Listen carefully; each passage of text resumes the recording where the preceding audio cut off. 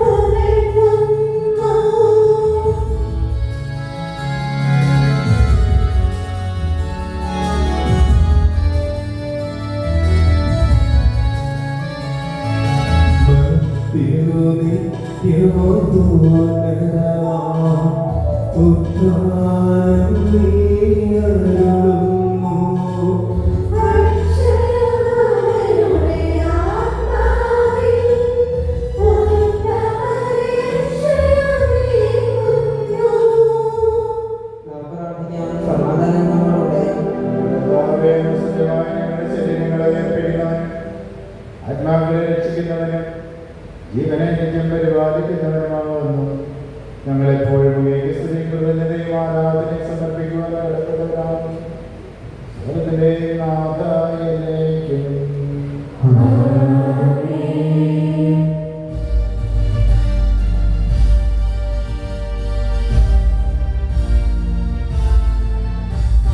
ശബ്ദമുയർത്തി പാടുവേ സർവ്വരുമൊന്നായി പാടുവേ ഇന്നെന്നും ജീവിക്കും സർവേശ്വരനെ വാഴ്ത്തിടുവിൻ.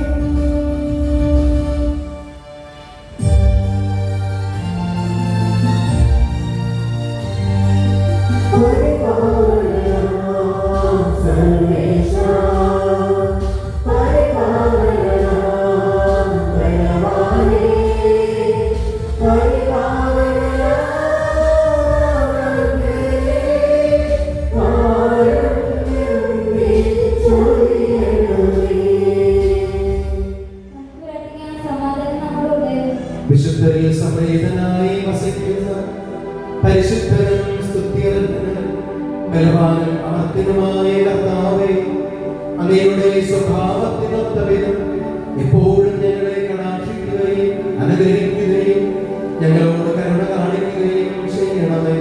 പിതാവും പുത്രനും പരിശുദ്ധാത്മാവുമായ സർവേശ്വരൻ എന്നേക്കും.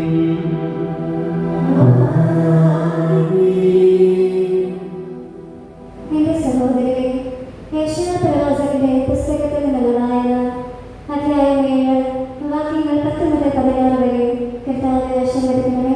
ദൈവം അനുഗ്രഹിക്കട്ടെ.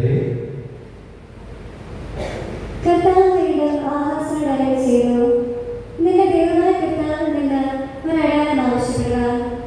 അത് പാതാളം പോലെ അഗാധമോ ആകാശം പോലെ ഉന്നതമോ ആയിരിക്കട്ടെ. ആഹാസ് പ്രതിവചിച്ചു, ഞാൻ ഇത് ആവശ്യപ്പെടുകയോ കർത്താവിനെ പരീക്ഷിക്കുകയോ ഇല്ല. അപ്പോൾ യെശയ്യാ പറഞ്ഞു, ദാവീദിന്റെ ഭവനനെ ശ്രദ്ധിക്കുക. മനുഷ്യരെ അസഹ്യപ്പെടുത്തുന്നത് പോരാടിട്ടാണോ എന്റെ ദൈവത്തിന്റെ ക്ഷമ പരീക്ഷിക്കുന്നത്? അതിനാൽ കർത്താവ് തന്നെ നിനക്ക് അടയാളം തരും. യുവതി ഗർഭം ധരിച്ച് ഒരു പുത്രിയെ പ്രസവിക്കും. അവൻ ഇമ്മാനുവേൽ എന്ന് വിളിക്കപ്പെടും. തിന്മ ത്യജിക്കാനും നന്മ സ്വീകരിക്കാനും പ്രായമാകുമ്പോൾ ബാലൻ തൈരും തേനും ഭക്ഷിക്കും. നല്ല തിന്മകൾ തിരിച്ചറിയാൻ ആഹാരം പ്രായമാകുന്നതിന് മുമ്പ് നിങ്ങൾ ഭയപ്പെടുന്ന 2 രാജാക്കന്മാരുടെയും രാജ്യങ്ങൾ നിർജ്ജനമാകും.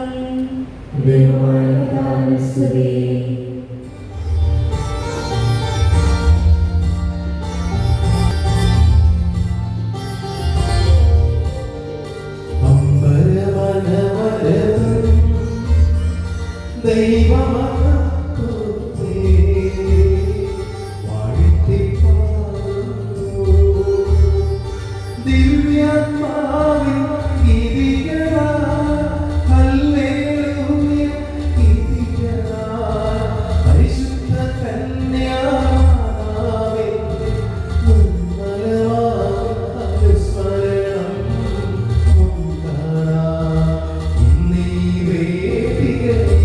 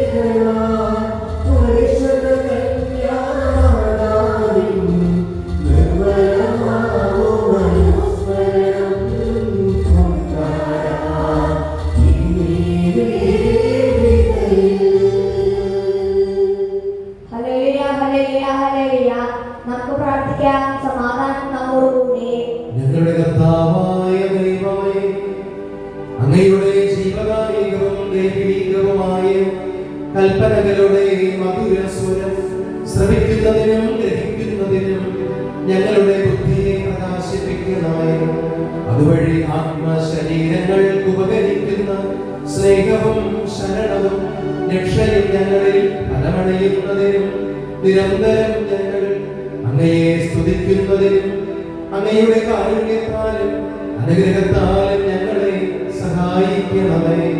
പിതാവും പുത്രനും പരിശുദ്ധാത്മാവുമായ സർവേശ്വര എന്നേക്കും.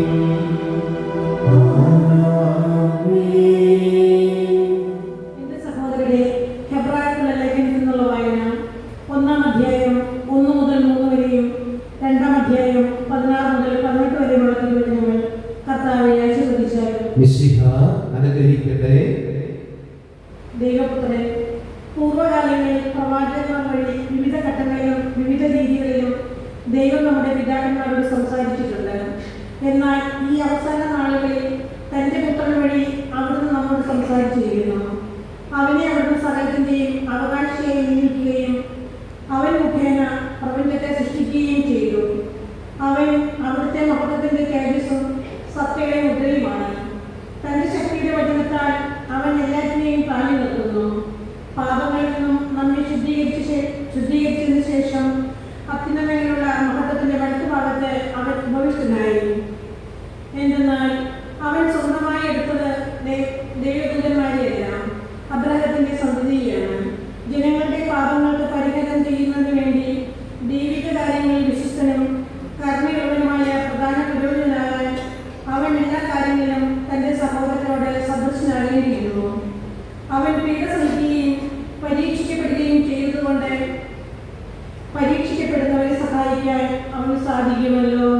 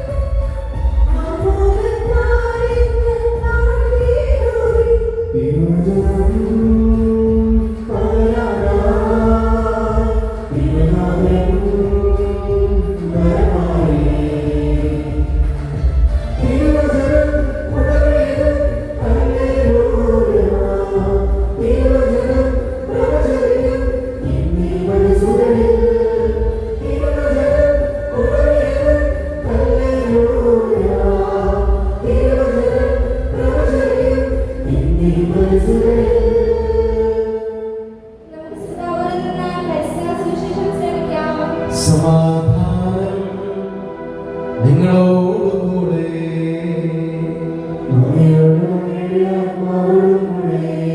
വിശുദ്ധ ലൂക്കാ അറിയിച്ച നമ്മുടെ കർത്താവേ യേശു മിശിഹായുടെ പരിശുദ്ധ സുവിശേഷം.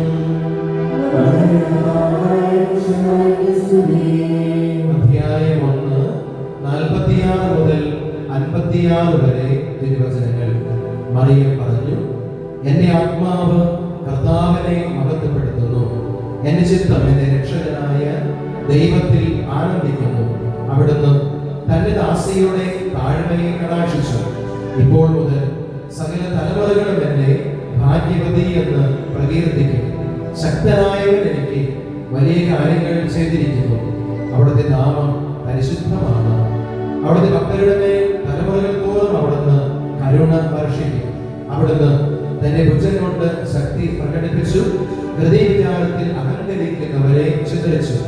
ശക്തന്മാരെ സിംഹാസനത്തിൽ നിന്ന് മറിച്ചിട്ടു എളിയവരെ ഉയർത്തി, വിശക്കുന്നവരെ വിശിഷ്ട വിഭവങ്ങൾ കൊണ്ട് സംതൃപ്തരാക്കി, സമ്പന്നരെ വെറും കൈയോടെ പറഞ്ഞയച്ചു. തന്നെ കാരുണ്യം അനുസ്മരിച്ചുകൊണ്ട് അവിടുന്ന് തന്റെ ദാസനായ ഇസ്രായേലിനെ സഹായിച്ചു. നമ്മുടെ പിതാക്കന്മാരായ അബ്രാഹത്തോടും അവന്റെ സന്തതികളോടും എന്നേക്കുമായി ചെയ്ത വാഗ്ദാനം അനുസരിച്ച് തന്നെ മറിയം അവളുടെ കൂടെ 3 മാസത്തോളം താമസിച്ചു. പിന്നെ വീട്ടിലേക്ക് മടങ്ങി.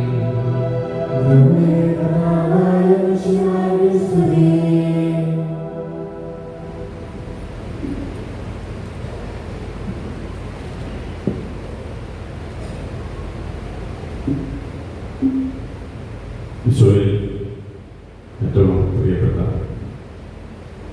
ജോഷിയച്ചൻ, വികാരിയച്ചൻ, അലക്സച്ചൻ, പ്രിയപ്പെട്ട സെബാസ്റ്റ്യൻ, പ്രിയ ബഹുമാനപ്പെട്ട സിസ്റ്റേഴ്സ്, സ്നേഹമുള്ള എൻ്റെ മാതാപിതാക്കളെ, പ്രിയ സഹോദരി സഹോദരന്മാരെ, പ്രിയപ്പെട്ട കുഞ്ഞുമക്കളെ, നമ്മുടെ ഇടവപ്പള്ളിയിലെ ഏറ്റവും പ്രധാനപ്പെട്ട തിരുനാൾ തമ്പുരാനോടുള്ള നന്ദിയോടെ നമ്മൾ ഒരുമിച്ച് ചേർന്ന് ആഘോഷിച്ച് അതിൻ്റെ ഏറ്റവും പവിത്രമായ തിരുനാൾ ബലി ഒരുമിച്ച് പങ്കുചേരുന്ന സുന്ദരമായ നിമിഷങ്ങളാണ്. മെയ് മാസത്തിൻ്റെ പതിവിലധികമുള്ള ചൂടിൻ്റെ ഒക്കെ എല്ലാ തടസ്സങ്ങളിൽ നിന്നും അകവും പുറവും ഒക്കെ ചൂട് പിടിച്ച ഈ കാലഘട്ടത്തിൽ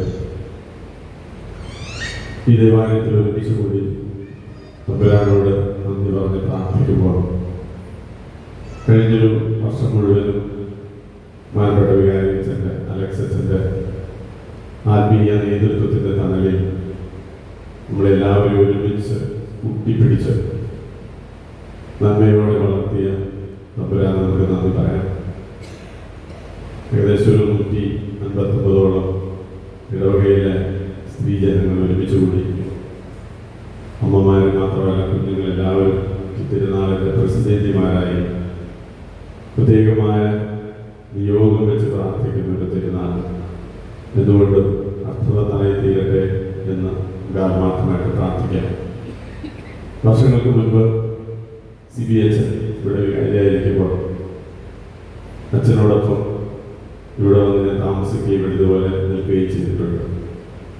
ഇന്ന് ഞാൻ കോങ്ങത്ത് നിന്ന് ഇവിടേക്ക് വരുന്നത് പ്രിയപ്പെട്ട അലക്സച്ചനോടുള്ള സ്നേഹബന്ധമുണ്ടാണ്. ലിപികുന്നത്തൂരച്ഛൻ വഴിയൊക്കെ കൃത്യമായിട്ട് എഴുതി ഒരുക്കി തന്നതുകൊണ്ട് ഒരു തടസ്സമില്ലാതെ ഇവിടെ എത്തിച്ചത്. ഇവിടെ വന്നപ്പോൾ എൻ്റെ തന്നെ നാട്ടുകാരനായ ജോഷിയച്ഛനെ കണ്ടുമുട്ടാൻ സാധിച്ചു. എനിക്കും ഇത് വലിയൊരു സന്തോഷത്തിൻ്റെ അവസരമാണ്. ഈ തിരുനാളിൻ്റെ എല്ലാ മംഗളങ്ങളും പ്രാർത്ഥനകളും നിങ്ങൾക്ക് എല്ലാവർക്കും ഏറെ സ്നേഹത്തോടെ ഞാൻ നേരുകയാണ്. വർഷങ്ങൾക്ക് മുൻപ് മലയാള മനോരമ പത്രത്തിൽ അവർ നടത്തിയ ഒരു കഥാരചന മത്സരം, ആ മത്സരത്തിൽ 1ാം സമ്മാനം കിട്ടിയ കഥയുടെ പേര് കണ്ണുകീറൽ എന്നായിരുന്നു. കണ്ണുകീറൽ എന്ന വാക്കിൻ്റെ അർത്ഥം ആദ്യമായി കണ്ണു തുറന്ന് ഈ ലോകത്തെ കാണുന്ന ഒരു പ്രക്രിയയാണ്. ഒരു പൂച്ചക്കുഞ്ഞൊക്കെ ജനിച്ചു വീണാൽ ഏതാനും ദിവസങ്ങൾക്കുള്ളിലാണ് കണ്ണു തുറക്കുക.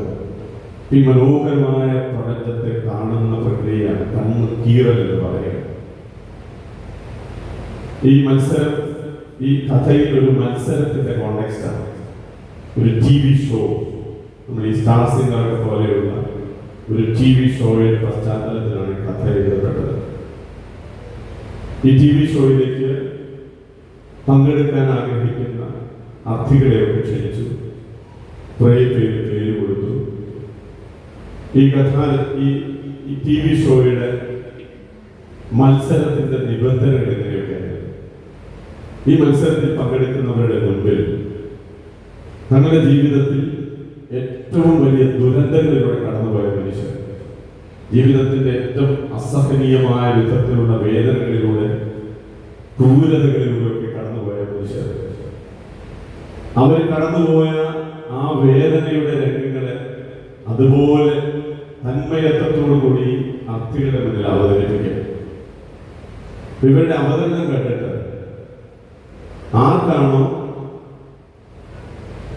കണ്ണി വെക്കാതെ കണ്ണുനീര് വീഴ്ത്താതെ മുഖത്തൊരു ഭാവഭേദമില്ലാതെ ഇത് കണ്ടു നിൽക്കാനാവുക, അവരാണ് വിജയിയായി തീരുക.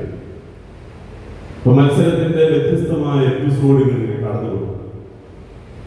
അവര് ജീവിതത്തിൽ തകർന്നുപോയ മനുഷ്യർ, ജീവിതത്തിൽ വ്യത്യസ്തമായ ദുരന്തങ്ങളിൽപ്പെട്ട് എല്ലാം നഷ്ടപ്പെട്ട മനുഷ്യർ, അവരുടെ കണ്ണുനീരിന്റെ കഥകൾ ഈ മത്സരാർത്ഥികളുടെ മുന്നിൽ ഇങ്ങനെ അവതരിപ്പിക്കും. കുറെ പേരൊക്കെ പരാജയപ്പെട്ട് പിന്മാറി അവസാനം വിജയിയായി തീർന്ന ഒരു പെൺകുട്ടി, അവരുടെ മുന്നിൽ ജീവിതത്തിന്റെ ഏറ്റവും വലിയ തകർച്ചയുടെ നിമിഷങ്ങളെ അതേ തന്മയത്വത്തോടുകൂടി അവതരിപ്പിച്ചപ്പോൾ വളരെ നിഷ്ക്രിയമായി കല്ലുപോലെ ഇരുന്ന് ഒരു ഭാവഭേദവുമില്ലാതെ കണ്ണ് ചിമാതെ കണ്ണിലൊരു തുള്ളി കണ്ണുനീര് വരാതെ ഒരു പെൺകുട്ടി ഇങ്ങനെ കണ്ടിരിക്കുകയാണ്. അവൾക്ക് വലിയ വലിയ സമ്മാനങ്ങൾ കിട്ടി. പത്രത്തിൽ അവരുടെ പേരൊക്കെ അച്ചടിച്ചു വന്നു. കല്ലുകൊണ്ടുണ്ടാക്കിയ ഹൃദയമുള്ളവർ, ആർക്കും കരയിപ്പിക്കാൻ കഴിയാത്തവർ, ആർക്കും ചലിപ്പിക്കാൻ കഴിയാത്തവർ, വലിയ വലിയ പേരുകളും ടൈറ്റിലുകളും ഒക്കെ അവരുടെ പേരിൽ ഇറങ്ങി. ഒത്തിരിയേറെ സമ്മാനങ്ങളൊക്കെ കിട്ടി, ട്രോഫികൾ കിട്ടി, സാക്ഷ്യപത്രങ്ങൾ കിട്ടി, ഒരു വലിയ ഫ്ലാറ്റ് സമ്മാനമായി കിട്ടി. ഈ സമ്മാനത്തുകകളും അതിന്റെ സർട്ടിഫിക്കറ്റുകളും സാക്ഷ്യപത്രങ്ങളും ഒക്കെ ആയി ഇവിടെ അവരുടെ വീട്ടിലേക്ക് മടങ്ങി പോവുകയാണ്. മത്സരത്തിന് ശേഷം ഒരു ഗ്രാമത്തിൽ നിന്ന് വന്ന ഒരു പെൺകുട്ടിയാണ്, ഒരു ഗ്രാമീണ അന്തരീക്ഷത്തിൽ നിന്ന് വന്ന പെൺകുട്ടി. അവൾക്ക് ലഭിച്ച പരിശീലനത്തിലൂടെ, ഏതാനും നാളുകൾ അവൾക്ക് കിട്ടിയ ശിക്ഷണത്തിലൂടെ, ഇൻസ്ട്രക്ഷൻസിലൂടെയാണ് ഇത്തരത്തിൽ അവൾ പരിവപ്പെട്ടത്. ഇവിടെ നിന്ന് തിരിച്ച് വീട്ടിലേക്ക് പോകുക. ഇവൾ വീട്ടിലേക്ക് തിരികെ പോകുന്നത് ഒരു ഉൾനാടൻ ഗ്രാമത്തിന്റെ വഴിയിലൂടെയാണ്. ഈ ഉൾനാടൻ ഗ്രാമത്തിന്റെ വഴിയിലൂടെ ഇവരോട് നടന്നു പോകുമ്പോൾ തൊട്ട് സമീപത്ത്, ഇവരുടെ സമീപത്തായി ഒരു പെൺകുട്ടി ഉച്ചത്തിൽ നിലവിളിക്കുകയാണ്. കുറെ പേര് ചേർന്ന് കഥയുടെ ഭാഷയിൽ ഇവിടെ പീഡിപ്പിക്കുകയാണ്.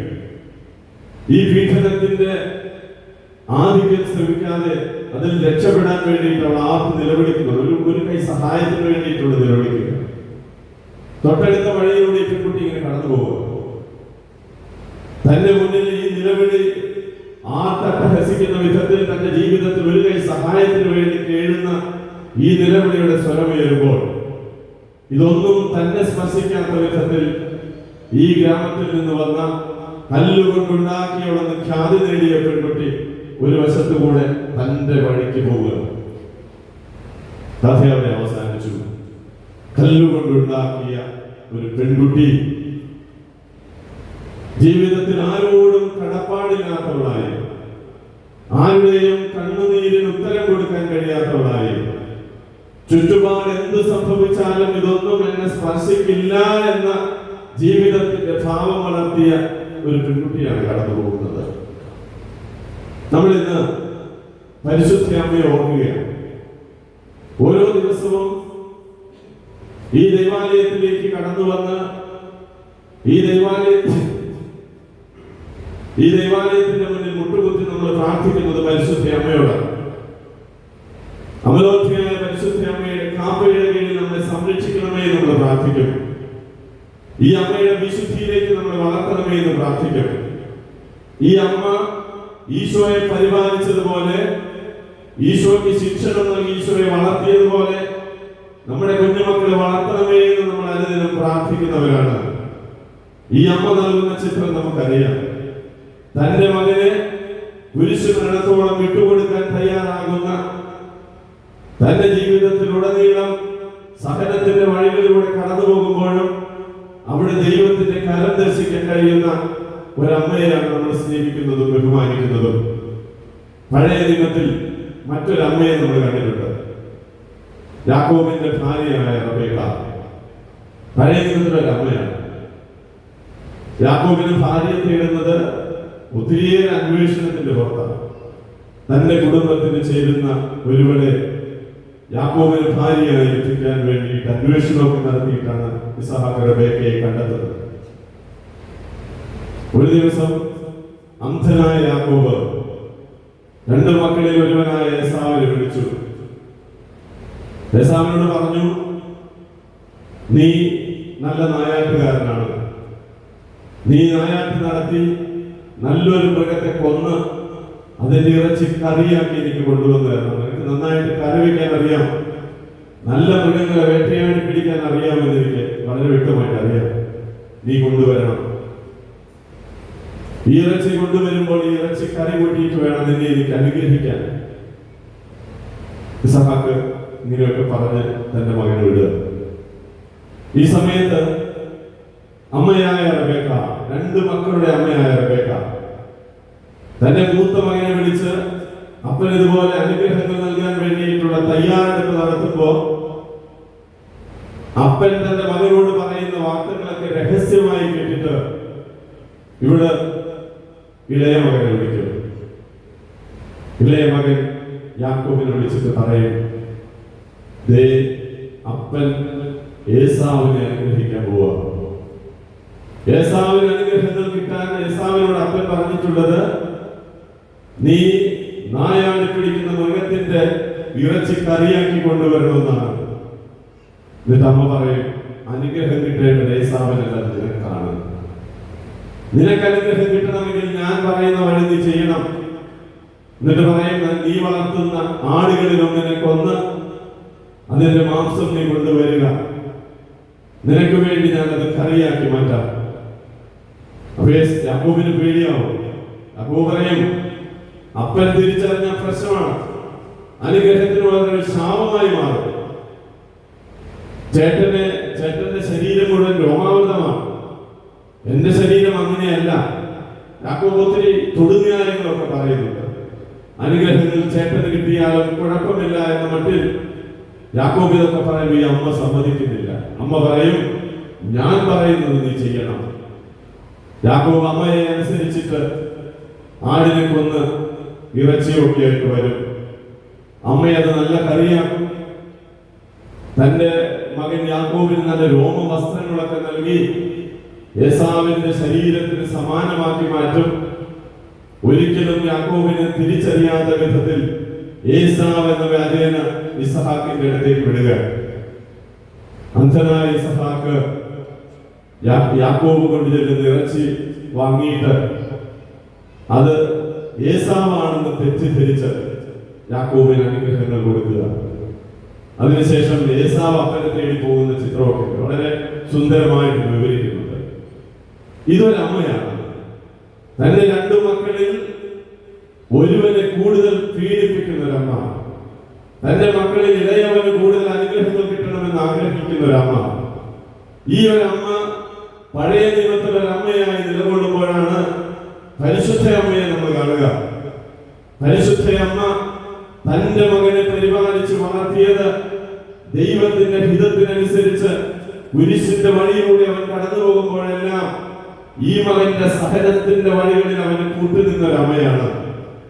ദൈവത്തിന്റെ ഹിതം എന്താണെന്ന് തിരിച്ചറിയുന്നിടത്ത് ഒരിക്കലും തടസ്സമായി നിലകൊള്ളാതെ കുരിശോളം ഈ മകനെ അനുധാവനം ചെയ്യുന്ന ഒരമ്മ.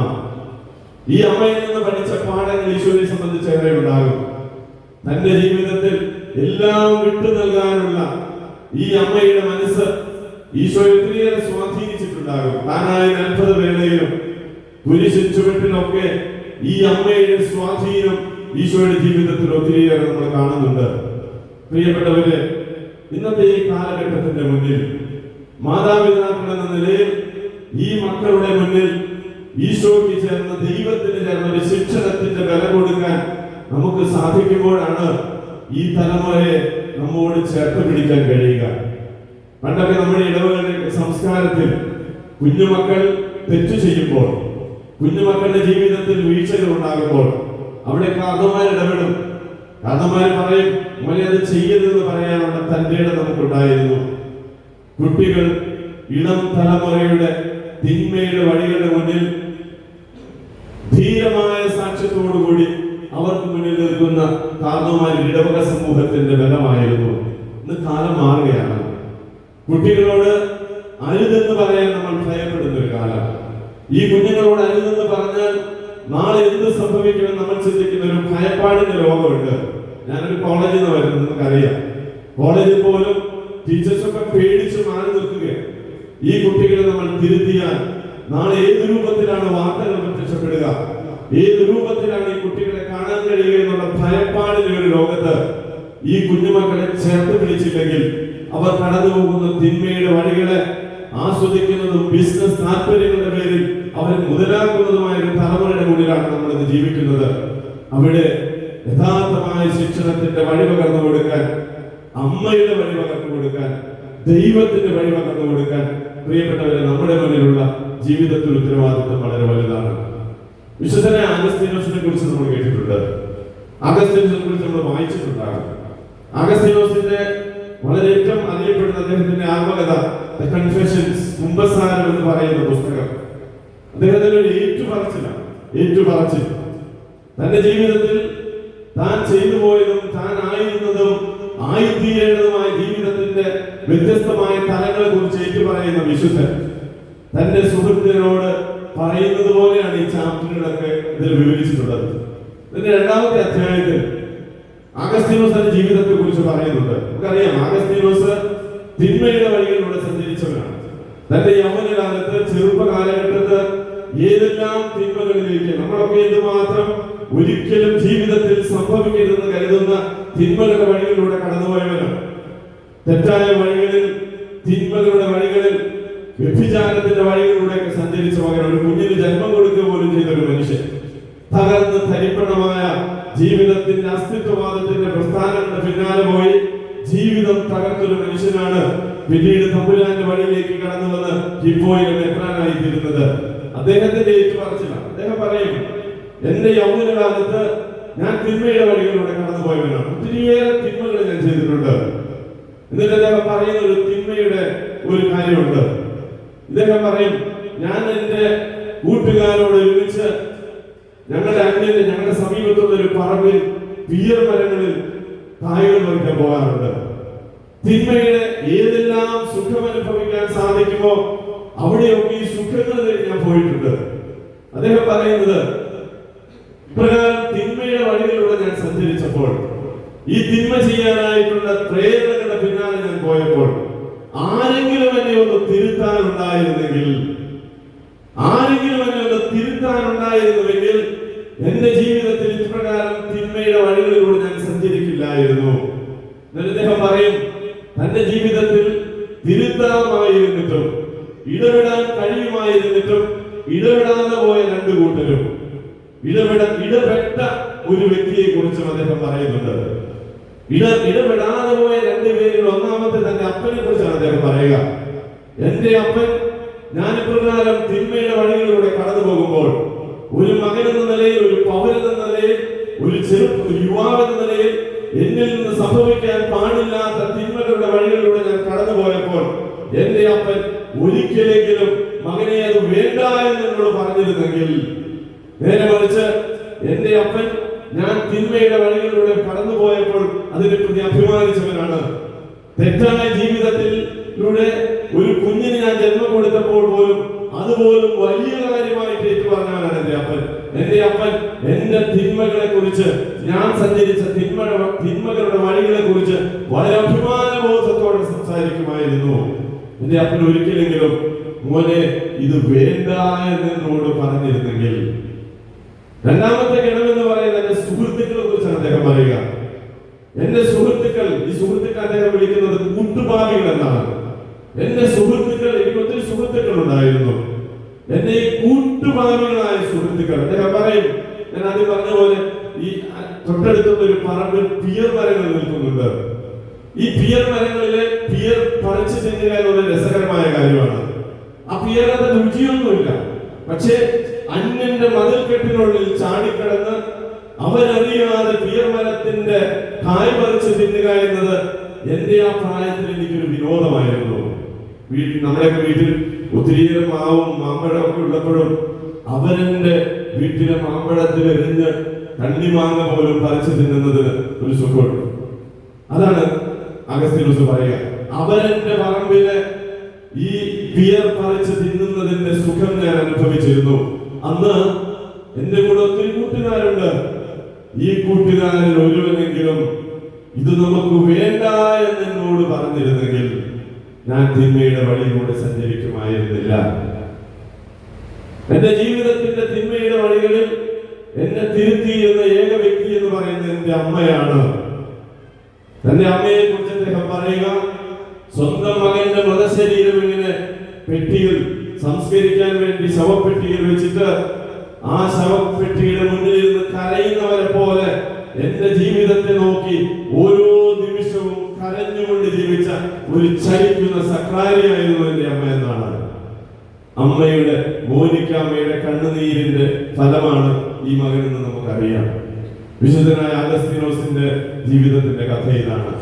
തിരുത്താൻ തയ്യാറായി തിരുത്താൻ വഴിയൊരുക്കുന്ന മനുഷ്യർ കൂടെയുള്ളപ്പോഴാണ് നമ്മുടെ ഇളം തലമുറ ജീവിതത്തിന്റെ നന്മയിലേക്ക് കടന്നു വരിക. അവിടെയാണ് നമ്മുടെയൊക്കെ പൗരോഹിത്യത്തിന്റെ, സന്യാസ ജീവിതത്തിന്റെ, കുടുംബ ജീവിതത്തിന്റെ ഉത്തരവാദിത്വത്തെ പൂർത്തീകരിക്കാൻ കഴിയുക, തിരുത്തലിന്റെ ശിക്ഷണം നൽകാൻ കഴിയുക, ബോധ്യങ്ങളിലേക്ക് ഇളം തലമുറയെ വളർത്താൻ കഴിയുക. പരിശുദ്ധ അമ്മയുടെ അമലോത്ഭവ തിരുനാൾ നമ്മൾ ആഘോഷിക്കുമ്പോൾ അമ്മയെ പോലെ പുണ്യത്തിലേക്ക് വളരാൻ, തിന്മയോട് യുദ്ധം ചെയ്യുന്നവരാകാൻ, തിന്മയെ ജീവിതത്തിൽ നിന്ന് അകറ്റി നിർത്തുന്നവരാകാൻ നമുക്ക് സാധിക്കണമെങ്കിൽ അമ്മയുടെ ആ ജീവിതത്തിന്റെ കരുത്ത് നമുക്കുണ്ടാകണം. നമുക്കറിയാം, ഇന്നത്തെ ഈ കാലഘട്ടത്തിൽ ഇപ്രകാരം തിന്മയോട് യുദ്ധം ചെയ്യാൻ ഈ മക്കൾക്ക് മുന്നിൽ നമ്മൾ മുതിർന്നവർ നിൽക്കാൻ തയ്യാറായില്ലെങ്കിൽ അവരുടെ മുന്നിൽ പല സാധ്യതകളുണ്ട്, പല സാധ്യതകളുടെ മുമ്പിലുണ്ട്. അത് തെറ്റായ മാധ്യമ സിദ്ധാന്തങ്ങളാകാം, അസ്തിത്വവാദ പ്രസ്ഥാനങ്ങളാകാം, രാഷ്ട്രീയ പ്രസ്ഥാനങ്ങളാകാം. ഇവയ്ക്കൊക്കെ നമ്മുടെ കുഞ്ഞുമക്കളെ വിട്ടുകൊടുക്കാതിരിക്കണമെങ്കിൽ നമുക്കറിയാമല്ലോ, ഈ കുഞ്ഞുമക്കളുടെ ചിരിയും സന്തോഷവും അവരുടെ നമ്മുടെ കുടുംബത്തിലുള്ള സാന്നിധ്യവും അവരെ പ്രതിയുള്ള നമ്മുടെ ജീവിതം, മക്കൾക്ക് വേണ്ടി ജീവിക്കുന്ന മാതാപിതാക്കളാണ്. ഈ പ്രതീക്ഷയൊക്കെ അർത്ഥവത്താകണമെങ്കിൽ ഇവരെ ചേർത്ത് പിടിക്കാൻ, യഥാർത്ഥമായ ശിക്ഷണത്തിന്റെ വഴിയിലേക്ക്, നന്മയുടെ വഴിയിലേക്ക് ഇവരെ നമുക്ക് നയിക്കാൻ കഴിയണം. അതിന് നട്ടലോടുകൂടി, ബോധ്യത്തോടുകൂടി, ക്രിസ്തുവിന്റെ ബോധ്യത്തോടുകൂടി ഈ മക്കൾക്ക് മുന്നിൽ നിൽക്കാൻ പരിശുദ്ധ അമ്മ നൽകുന്ന ആ പ്രചോദനവും ശക്തിയും, തന്റെ ജീവിതത്തിൽ ദൈവം നൽകിയതല്ലാതെ ഒന്നുമില്ലെന്ന് ഏറ്റു പറയുന്ന ആ പരിശുദ്ധ അമ്മയുടെ ബോധ്യത്തിൽ നിന്നുകൊണ്ട് നമുക്ക് സാധിക്കട്ടെ. അതിനായി നമുക്ക് പ്രാർത്ഥിക്കാം.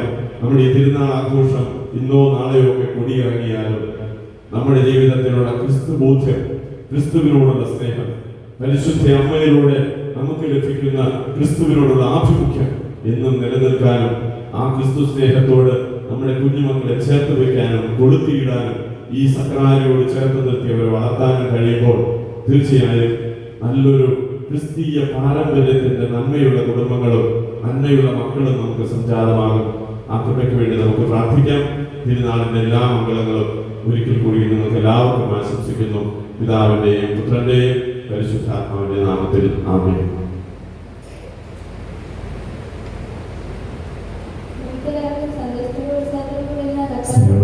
ഒരു വാക്ക് അച്ഛന് നന്ദി പറയുകയാണ്. അച്ഛനെ ഏകദേശം പൊങ്ങത്തിൽ നിന്ന് 2.25 മണിക്കൂർ യാത്ര ചെയ്താണ് ഇവിടെ വരിക. അച്ഛനാകുന്നു യൂറോപ്യൻ പള്ളിയിൽ തിരുനാളിന് കുർബാന പ്രസംഗവും നടന്നിരുന്നത്. അച്ഛന് കോളേജുമായിട്ട് ഒരു പരിപാടി ആ സമയത്ത് ഓസ്ട്രേലിയയിലേക്ക് പോകേണ്ടി വന്നു. അതുകൊണ്ടാണ് അച്ഛന് അന്ന് വരാൻ പറ്റാതിരുന്നത്. അച്ഛനോട് ഞാൻ പറഞ്ഞു, അച്ഛ ഇവിടെ വരാൻ പറഞ്ഞു. അച്ഛൻ വളരെ സ്നേഹത്തോടെ ഏറ്റെടുക്കുകയായിരുന്നു. ഇന്ന ദിവസം അച്ഛന് ആകെ ഒരു ദിവസം ഒഴിവ് കിട്ടുകയാണെങ്കിൽ കൂടുതൽ കിട്ടുന്നത് ഞായറാഴ്ച മാത്രമാണ്. അച്ഛൻ ഇത്രയും യാത്ര ചെയ്ത് മുടക്കമായിരിക്കുന്നു. പ്രസിദ്ധന്മാരുടെ പേരിലും അതോടൊപ്പം തന്നെ എല്ലാ ഇടവക ജനത്തിന്റെ പേരിലും അച്ഛൻ നന്ദി പറയുകയാണ്. ഞങ്ങളെല്ലാം ഒത്തിരി ആദരിക്കുകയും ബഹുമാനിക്കുകയും ചെയ്യുന്ന അച്ഛനാണ്.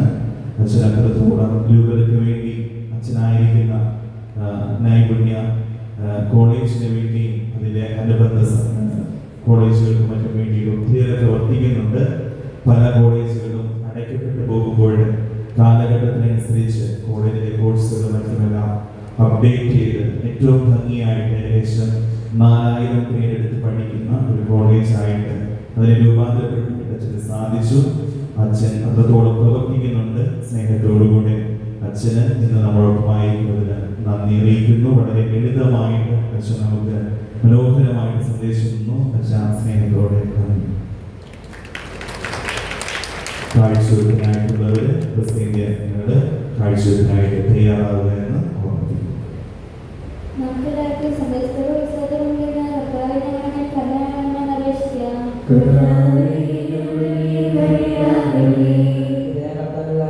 പ്രതികരിച്ചുകൊണ്ട് ദൈവത്തിന് പൂർണ്ണമായി സമർപ്പിച്ച പരിശുദ്ധ കന്യാമറിയത്തെ പോലെ ദൈവത്തെ മനസ്സിൽ ജീവിക്കാൻ അനുഗ്രഹിക്കണം നിങ്ങൾ അപേക്ഷിക്കുന്നു.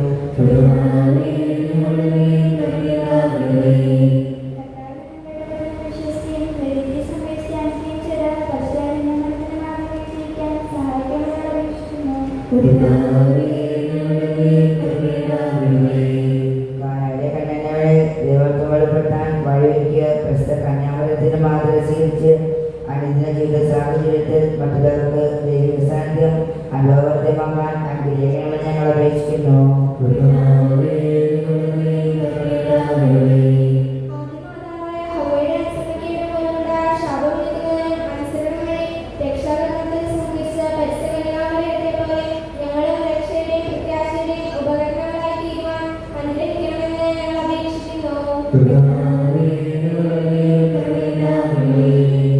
വിശ്വാസപൂർണ്ണയും തലവനായ ഞങ്ങളുടെ പരിശുദ്ധവും മറിയവും പപ്പയും ഞങ്ങളുടെ സഭാപിതാവിനും അധ്യക്ഷൻ ജോസഫ് പിതാവിനെയും മറ്റെല്ലാ മെത്രാന്മാരെയും ആത്മീയ നന്മ നൽകി അനുഗ്രഹിക്കണമെന്ന് ഞങ്ങൾ അപേക്ഷിക്കുന്നു.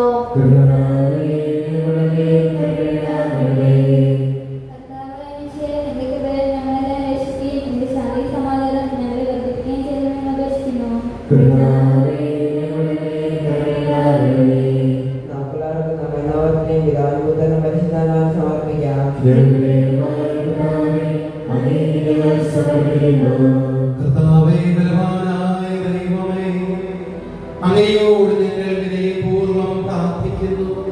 അങ്ങയുടെ കൃപാവരം ഞങ്ങളിൽ നിറയ്ക്കണമേ. അങ്ങയുടെ ദാനങ്ങൾ ഞങ്ങളുടെ കരങ്ങൾ വഴി വർഷിക്കണമേ.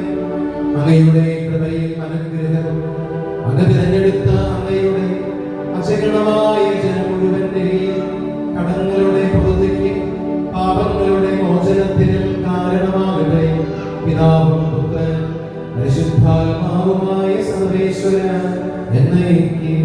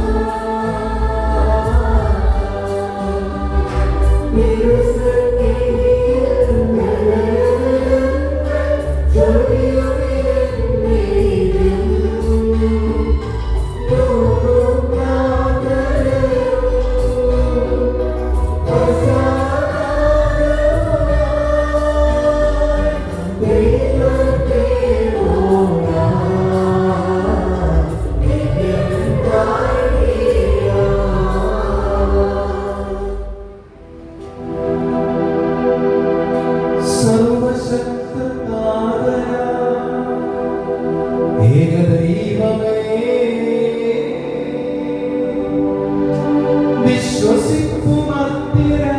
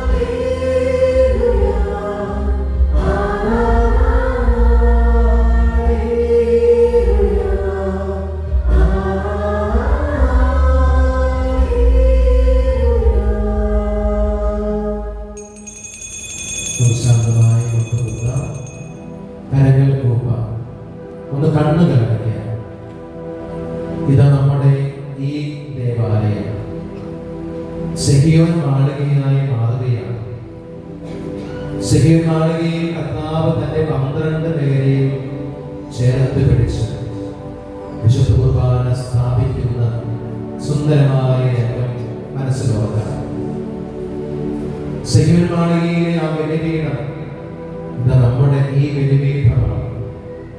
12 പേരുടെ സ്ഥാനത്ത് നമ്മൾ ഓരോരുത്തരുമാണ്. നമ്മയാണ് ഈശോ ചേർത്ത് പിടിച്ചിട്ടുള്ളത്. നമുക്ക് വേണ്ടി മുറിയപ്പെട്ടവനാണ്, ചിന്തപ്പെട്ടവനാണ്, അവസാനത്തുള്ളിൽ രക്തം വരെ കലങ്ങി കടന്നുപോയവനാണ്. അവൻ ഇന്ന് ഇത് നമ്മോട് പറയുന്നു, എൻ്റെ ഓർമ്മയ്ക്കായി ഇത് ചെയ്യണം. പ്രിയമുള്ളവരെ, നമ്മൾ മുറിയപ്പെടേണ്ടവരാണ്, ചിന്തപ്പെടേണ്ടവരാണ്. എൻ്റെ മാതാപിതാക്കൾക്ക് വേണ്ടി, എൻ്റെ ജീവിത പങ്കാളിക്ക് വേണ്ടി, എൻ്റെ മക്കൾക്ക് വേണ്ടി, എൻ്റെ കൂടപ്പിറപ്പുകൾക്ക് വേണ്ടി ഞാൻ മുറിയപ്പെടണം, ചിന്തപ്പെടണം. അവസാന ശ്വാസം വരെ മുറിയപ്പെടാനും ചിന്തപ്പെടാനും സാധിക്കണം. ദൈവമേ, ഈ കുദാശ സ്ഥാപന വാക്യങ്ങളിലേക്ക് ഞങ്ങൾ പ്രവേശിക്കുമ്പോൾ എനിക്ക് വേണ്ടി മുറിയപ്പെട്ട്, എനിക്ക് വേണ്ടി ചിന്തപ്പെട്ട് നിന്നെ നെഞ്ചോട് ചേർത്ത് ഞങ്ങൾ ഓരോരുത്തരും നിർത്തണമെന്ന പ്രാർത്ഥനയോടെ, ഭക്തിയോടെ കുദാശ സ്ഥാപന വാക്യങ്ങളിലേക്ക് നമുക്ക് പ്രവേശിക്കാം.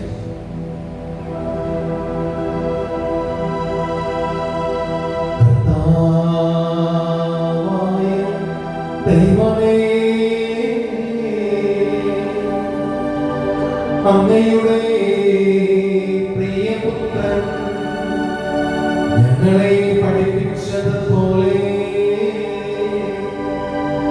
അവിടുത്തെ പീഡാനുഭവത്തിന്റെ സ്മരണ ഞങ്ങൾ ആചരിക്കുന്നു.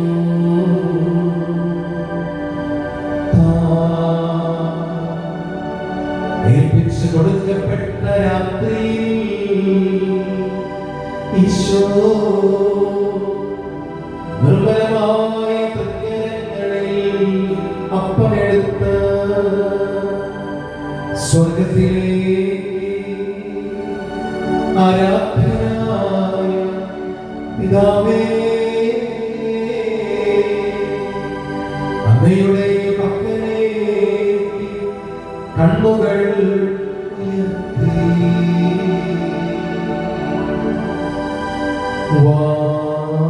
വാഴ്ത്തി വിഭജിച്ച് ശിഷ്യന്മാർക്ക് നൽകിക്കൊണ്ട് അരുൾ ചെയ്തു, ഇത് പാപമോചനത്തിനായി നിങ്ങൾക്ക് വേണ്ടി വിഭജിക്കപ്പെടുന്ന എൻ്റെ ശരീരമാകുന്നു. നിങ്ങളെല്ലാവരും ഇതിൽ നിന്ന് വാങ്ങി ഭക്ഷിക്കുവിൻ.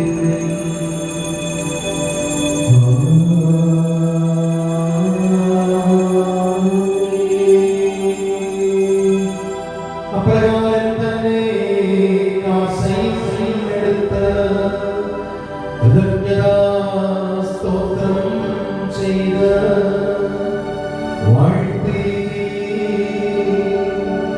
അവർക്ക് നൽകിക്കൊണ്ട് അരുൾ ചെയ്തു, ഇത് പാപമോചനത്തിനായി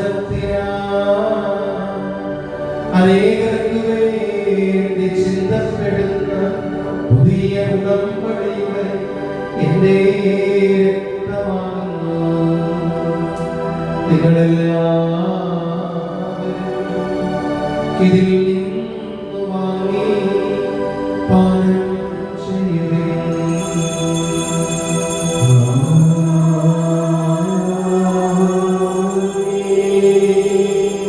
ഞാനീ ചെയ്തത് നിങ്ങൾ എൻ്റെ നാമത്തിൽ ഒന്നിച്ചു കൂടുമ്പോൾ എൻ്റെ ഓർമ്മയ്ക്കായി ചെയ്യുവിൻ.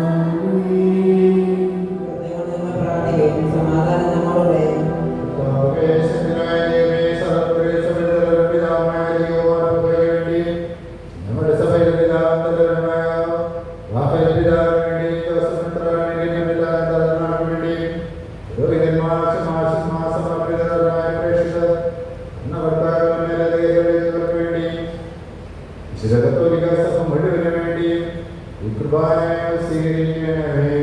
കർത്താവേ, കുർബാന സ്വീകരിക്കണമേ. ഞങ്ങളുടെ സ്ത്രീമാരുടെ രക്തസാക്ഷികളെ നമ്മളുടെ ബഹുമാനത്തിന് വേണ്ടി അങ്ങയുടെ സത്യത്തിന് വേണ്ടി ജനമാരുടെ പ്രവചനീയമാരുടെ വിശുദ്ധമായ പിതാക്കന്മാർക്ക് വേണ്ടി ഈ കുർബാന സ്വീകരിക്കണമേ. കർത്താവേ, കുർബാന സ്വീകരിക്കണമേ. ദേശിതരും ദുഃഖിതരും ദരിദ്രരും പീഡിതരും രോഗികളും ആകുലരുമായ എല്ലാവർക്കും വേണ്ടി ഞങ്ങളുടെ ഇടയിൽ നിന്ന് അങ്ങയുടെ നാമത്തിൽ വേർപിരിഞ്ഞുപോയ എല്ലാ മരിച്ചവർക്ക് വേണ്ടി അങ്ങയുടെ കാലത്തിന്റെ പ്രത്യാശ പുറത്താതിരിക്കുന്ന ഈ ജനത്തിന് വേണ്ടി അയോഗ്യരായ ഞങ്ങൾക്ക് വേണ്ടി ഈ കുർബാന സ്വീകരിക്കണമേ.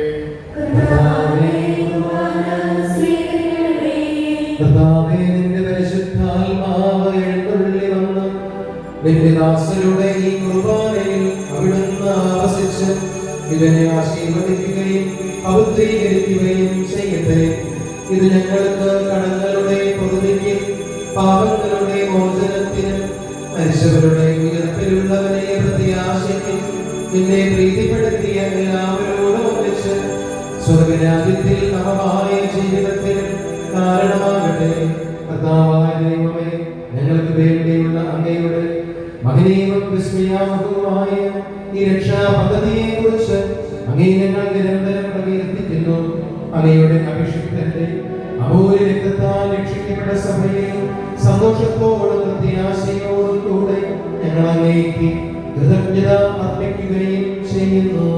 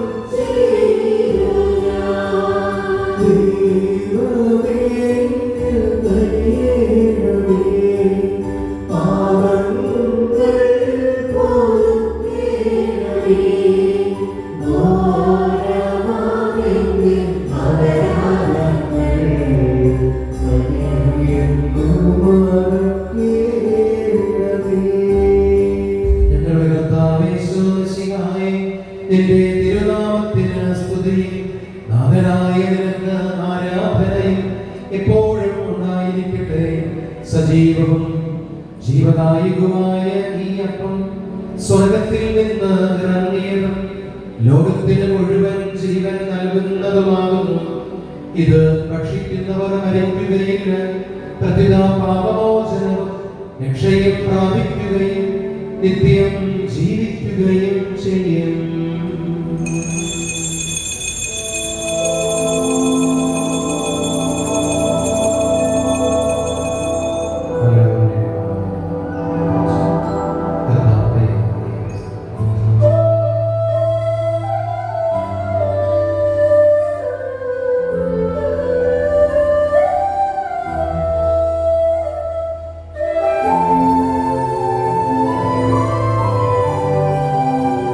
ും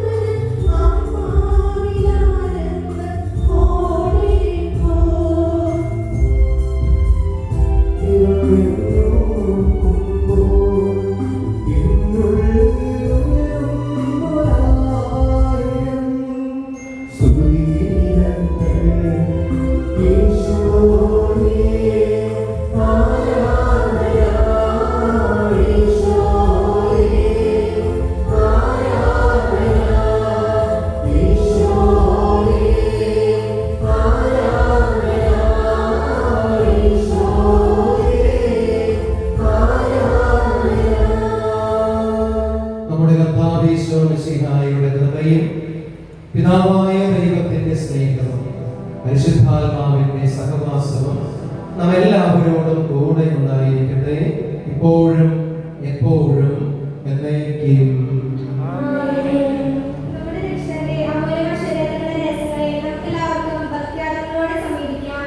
അന്താപത്തിൽ നിന്നുള്ള ശരണത്തോടെ അപരാധത്തിൽ നിന്ന് പിന്തിരിഞ്ഞുകൊണ്ട് പാപങ്ങളെ കുറിച്ച് പശ്ചാത്തപിച്ചുകൊണ്ട് സഹോദരത്തെ രക്ഷിച്ചുകൊണ്ട് നമുക്ക് സ്ഥലത്തിനെ നാഥനായ ദൈവത്തോട് കൃപയും പാപമോചനവും യാചിക്കുകയും ചെയ്യാം.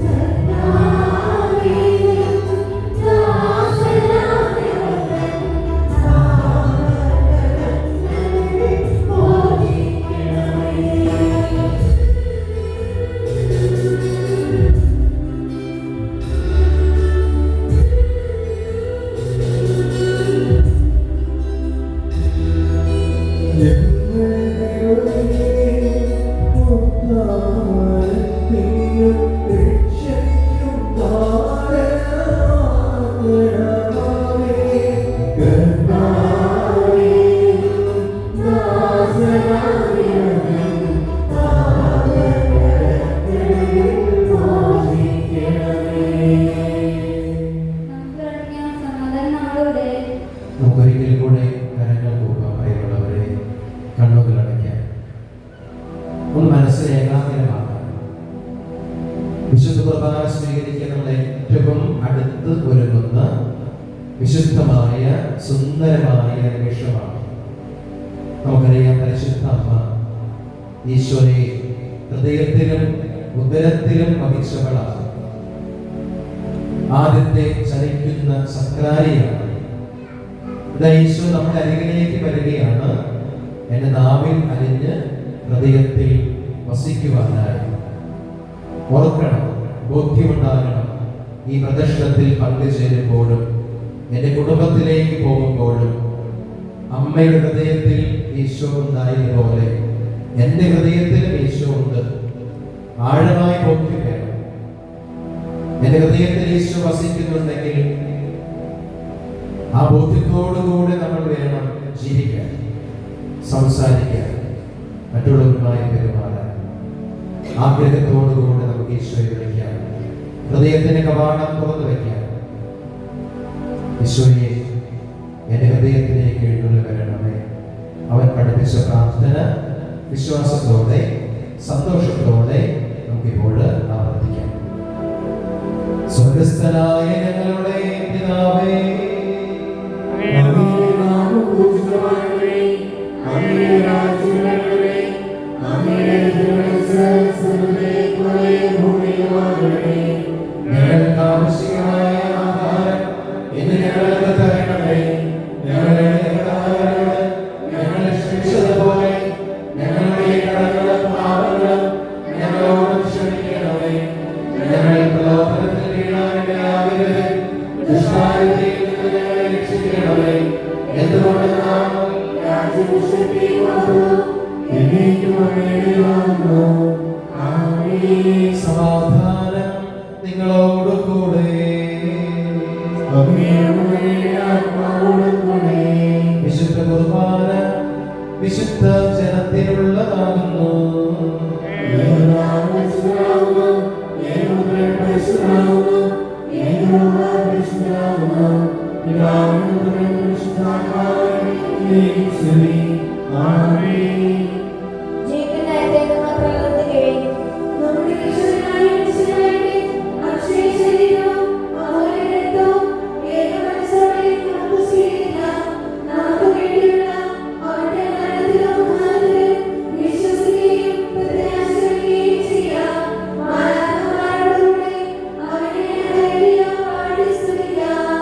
നമ്മെ ജീവിപ്പിക്കുന്ന കർത്താവേ ഈശോമിശിഹായുടെ കൃപാവരം അവിടുത്തെ കാരുണ്യത്താൽ നാം എല്ലാവരിലും സമ്പൂർണ്ണമാകട്ടെ.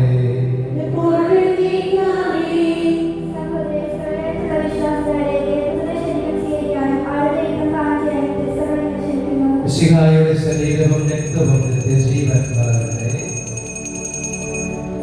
സ്നേഹമുള്ളവരെ, സാധാരണ തന്നെ കുർബാന സ്വീകരിക്കാനായിട്ട് നിരനിരയായിട്ട് വരിക. കാർമ്മികനും സഹകാർമ്മികനും നമ്മുടെ നടുഭാഗത്തും ഇരുനിരയായിട്ടുണ്ട്.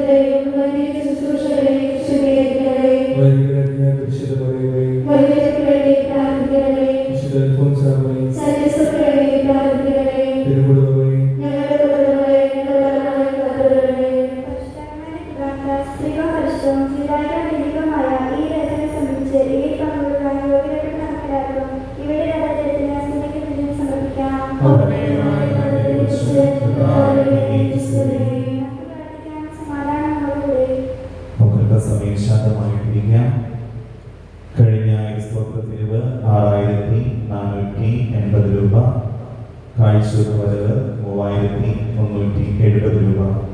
കഴിഞ്ഞ 13 ദിവസമായി നാം പരിശുദ്ധ അമൃതോമാതാവിന്റെ തിരുനാളിലൂടെ കടന്നു പോവുകയായിരുന്നു. അതിന്റെ സമാപന ദിവസം തിരുനാളിനാണ് ഇന്ന്. മാതാവിന്റെ സംരക്ഷണം കാലാവസ്ഥയിലും മറ്റു കാര്യങ്ങളിലെല്ലാം നാം തിരിച്ചറിയുന്നുണ്ട്. സാധാരണ എല്ലാ വർഷവും ഉള്ളതുപോലെ തന്നെ നൊവേനയുടെ സമയത്ത് മഴയൊക്കെ നമ്മൾ പേടിപ്പിക്കും. ശൈലാക്രമമായിട്ട് മുന്നോട്ട് കൊണ്ടുപോകുന്നതിനോർത്ത് ദൈവത്തിന് നന്ദി പറയുന്നു. അവിടുത്തെ ഇഷ്ടം നിറവേറട്ടെന്ന് പ്രാർത്ഥിക്കാം.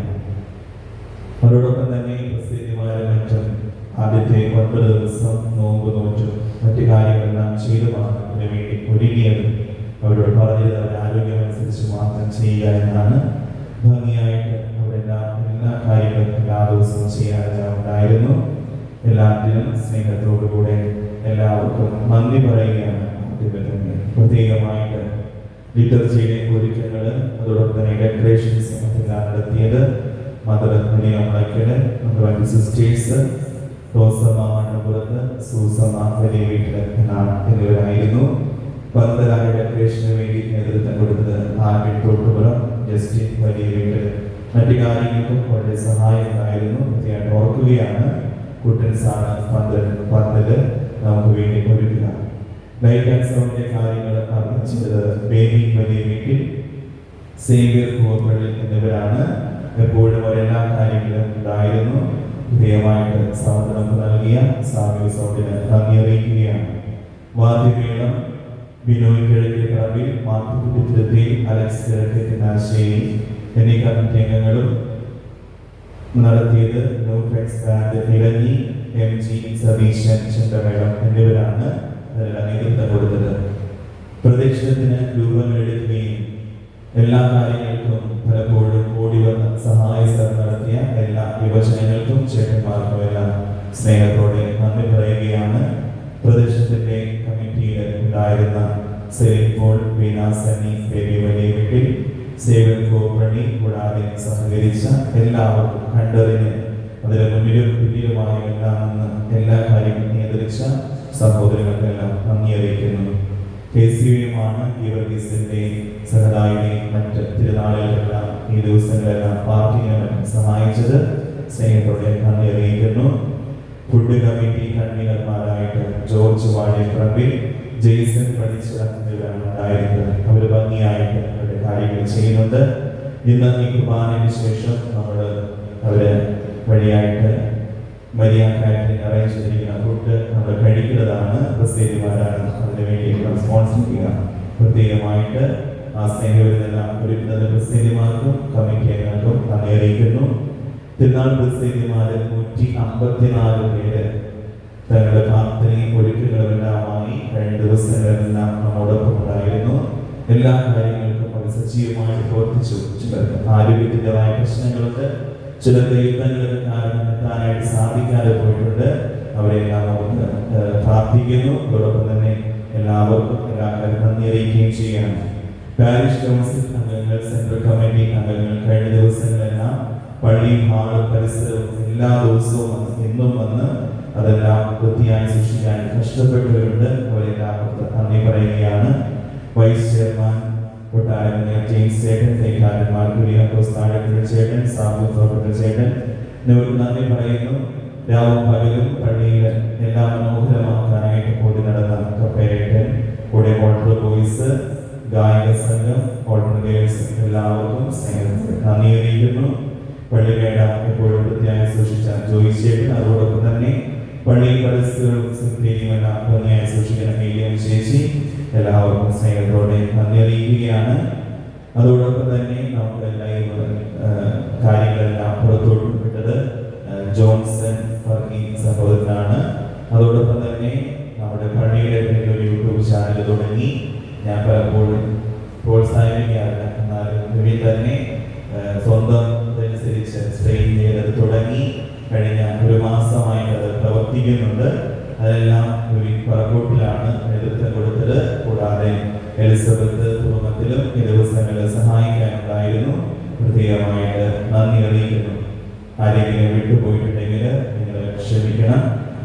പ്രത്യേകമായിട്ട് എല്ലാവരും എല്ലാ കാര്യങ്ങളും കൂടെ നന്ദി അറിയിക്കണം. അടുത്ത ആഴ്ചത്തെ കാര്യങ്ങളുടെ ഓർമ്മിപ്പിക്കുകയാണ്. അടുത്ത ശനിയാഴ്ച വൈകുന്നേരം 3 മണിക്ക് സാധിക്കുന്ന എല്ലാവരും നമ്മുടെ പള്ളിയും അതോടൊപ്പം തന്നെ ഹാളും വൃത്തിയാക്കാനായിട്ട് വരണമെന്ന് ഓർമ്മിപ്പിക്കുകയാണ്. അടുത്ത ഞായറാഴ്ച നമ്മൾ ഒരു കുർബാന മാത്രമേ ഉള്ളൂ.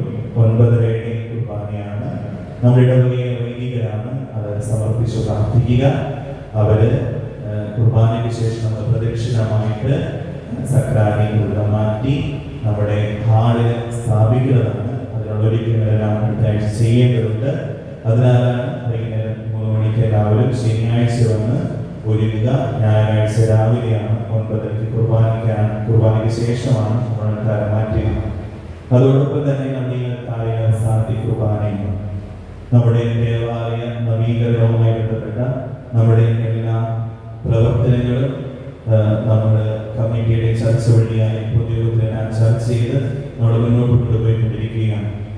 അപ്പോൾ നമുക്ക് ഭവനങ്ങളിലേക്ക് നോക്കുക ഒരു ചെറുക്കെല്ലാം തന്നു വിട്ടിട്ടുണ്ട്.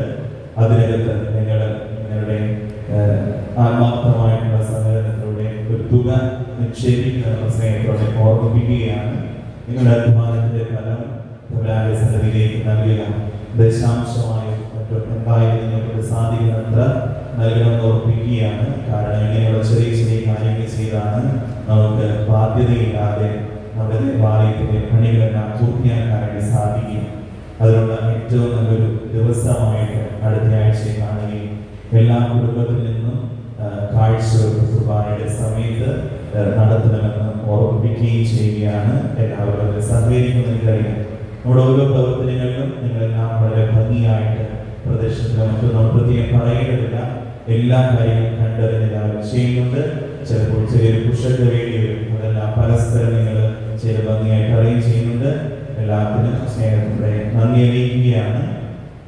പാർക്കിംഗ് ഗ്രൗണ്ടിനെ 2 വണ്ടികൾ മാറ്റി സ്ഥാപിക്കണം. എവിടെയാണോ പറഞ്ഞിട്ടില്ല, പടക്കം പൊട്ടിക്കുന്നത് കൊണ്ടാണ് ഇപ്പോൾ അങ്ങനെ പറഞ്ഞിരിക്കുക.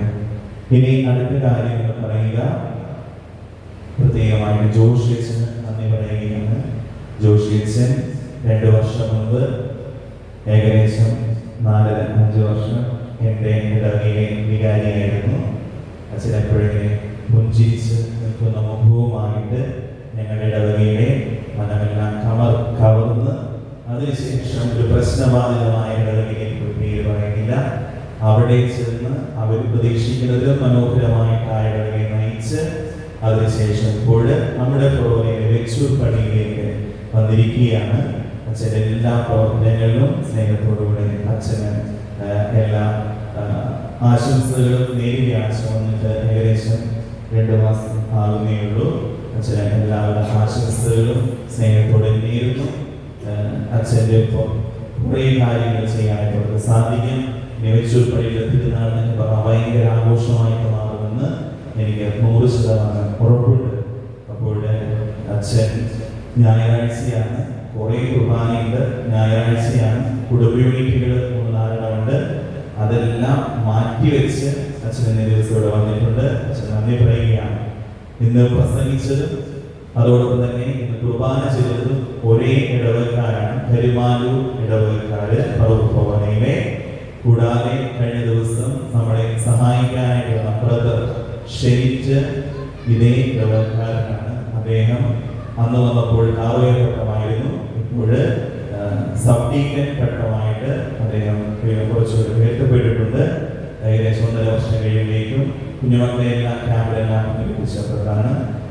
എത്രത്തോളം ദൈവവിളികളാൽ സമ്പന്നമായ ഇടവകയാണ്. ഏറ്റവും സ്നേഹത്തോടുകൂടെ അച്ഛന് ഇന്നേ ദിവസം നമ്മോടൊപ്പമായിരിക്കുന്നതിന് നന്ദി അറിയിക്കുകയാണ്. നമ്മൾ അച്ഛനോടൊപ്പം എഴുന്നേറ്റ് നിന്ന് സമാപന പ്രാർത്ഥനകളിൽ പങ്കുചേരാം.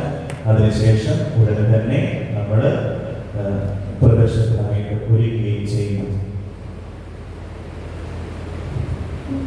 ഒരു മിനിറ്റ് ഞാനെടുക്കട്ടെ, ഒരു മിനിറ്റ്. പ്രിയമുള്ളവരെ, 5 വർഷം അലക്സ് അച്ഛൻ്റെ സ്വന്തം ഇടവകയായ തിരുത്തിപ്പുറത്ത് വികാരിയായിരുന്നു. ഞാൻ അഭിമാനത്തോടെ ഓർക്കുന്നൊരു കാര്യമുണ്ട്. അച്ഛൻ്റെ മാതാപിതാക്കൾ ജോസേട്ടനും ചേച്ചി എല്ലാ ദിവസവും വിശുദ്ധ കുർബാനയ്ക്ക് വരുന്നവരാണ്. എത്ര അസുഖമായാലും എത്ര മഴയായാലും എല്ലാ ദിവസവും അച്ഛൻ്റെ അപ്പനും അമ്മയും പള്ളിയിലുണ്ട്. ഞങ്ങളുടെ കരുത്ത് അതാണ്. തീർച്ചയായിട്ടും ആ ഒരു വലിയ പ്രാർത്ഥനയാണ് ഞങ്ങൾക്ക് മുന്നോട്ട് നയിച്ചുകൊണ്ടിരിക്കുന്നത്.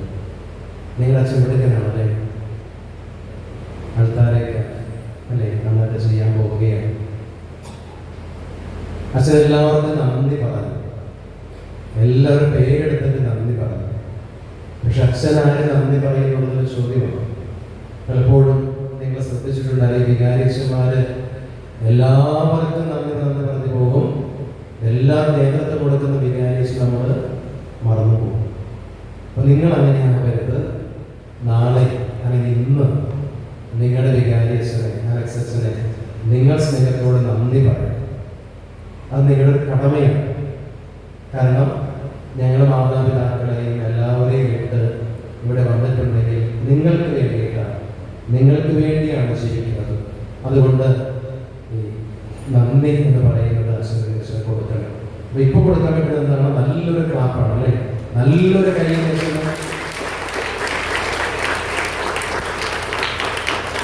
അതിന് മാത്രം പോരാ. പറഞ്ഞതുപോലെ നമ്മുടെ ആൾക്കാരെ ഭംഗിയാക്കാൻ ഹൃദയം തുറന്ന് പേഴ്സും തുറന്ന് സമൃദ്ധമായിട്ട് ഇട്ട് കൊടുക്കണം കേട്ടോ. എന്നാൽ ഭംഗിയാവുകയുള്ളൂ. അതുകൊണ്ട് അച്ഛന്മാരൊക്കെ ഇങ്ങനെയാണെന്ന് വിചാരിക്കും. ഞങ്ങൾക്ക് വേണ്ടിയിട്ടല്ലോ, നിങ്ങൾക്ക് വേണ്ടിയിട്ടല്ലേ അല്ലേ? നിങ്ങൾക്ക് വേണ്ടിയിട്ടാണ്. അലക്സിന് കുറച്ച് ഞങ്ങൾ മാറിപ്പോകും, പക്ഷേ ഈ ആൾക്കാർ ഇവിടെ ഉണ്ടാകും. അതുകൊണ്ട് നിറമനസ്സോടെ കൈ അയച്ച് നിങ്ങൾ കൊടുക്കുക. മനോഹരമാകട്ടെ. ലൂക്കോസ് കുന്നത്തൂരച്ഛൻ എൻ്റെ വികാരിയച്ഛനായിരുന്നു. എൻ്റെ പട്ടണ സമയത്ത് അച്ഛനാണ് കരിമാനൂർ വികാരിയാണത്. നന്ദിയോട് ഓർക്കുകയാണ്. നല്ല ഗായക സംഘം, നല്ല സജീവമായിട്ടുള്ള ശിശുവൻ മനോഹരമായിട്ടിരിക്കുന്നു. പ്രതി അഭിനന്ദനം കേട്ടോ. അമ്മമാർ, നിങ്ങൾ കുടുംബത്തിൽ അനുഗ്രഹിക്കപ്പെട്ടു. 154 പേര് പരിശുദ്ധ അമ്മയുടെ മറ്റൊരു പ്രതിരൂപമായി നിങ്ങൾ ഇരിക്കുകയാണ്. പ്രത്യേക അഭിനന്ദനങ്ങൾ സിസ്റ്റേഴ്സിനൊക്കെ നന്ദിയോട് ഓർക്കുന്നു. നമുക്ക് എഴുന്നേൽക്കാം. സമാധാന പ്രാർത്ഥന.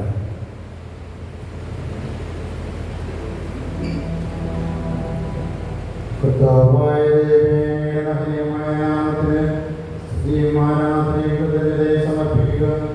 എല്ലാ നാഴികകളിലും എല്ലാ കാലങ്ങളിലെയും യുക്തവുമാകുന്നു.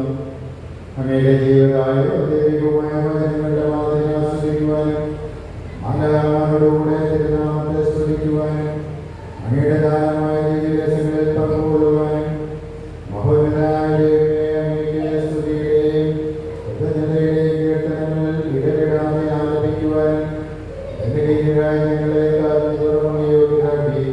പിതാവും പുത്രനും രക്ഷിതാവുമായ സർവേശ്വരായ എന്നേക്കും.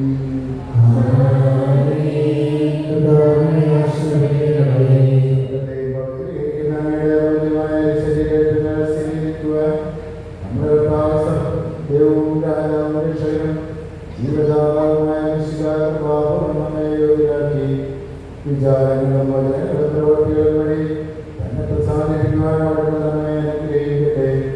കർത്താവേ, ഞങ്ങൾ സ്വീകരിച്ചതും സ്വീകരിക്കുന്നതുമായ അങ്ങയുടെ പാപങ്ങളുടെ മോചനത്തിനും പരിചയപ്പെട്ടവരെ പ്രത്യാശയ്ക്കും അങ്ങയുടെ സന്നിധിയിൽ പ്രീതിജനമാമിതം വർദ്ധിച്ച എല്ലാവരും ഒന്നിച്ച് സ്വർഗത്തിലുമായ ജീവിതത്തിലും കാരണമാകട്ടെ. സർവ്വത്തിലെയും നാഥായിരിക്കും.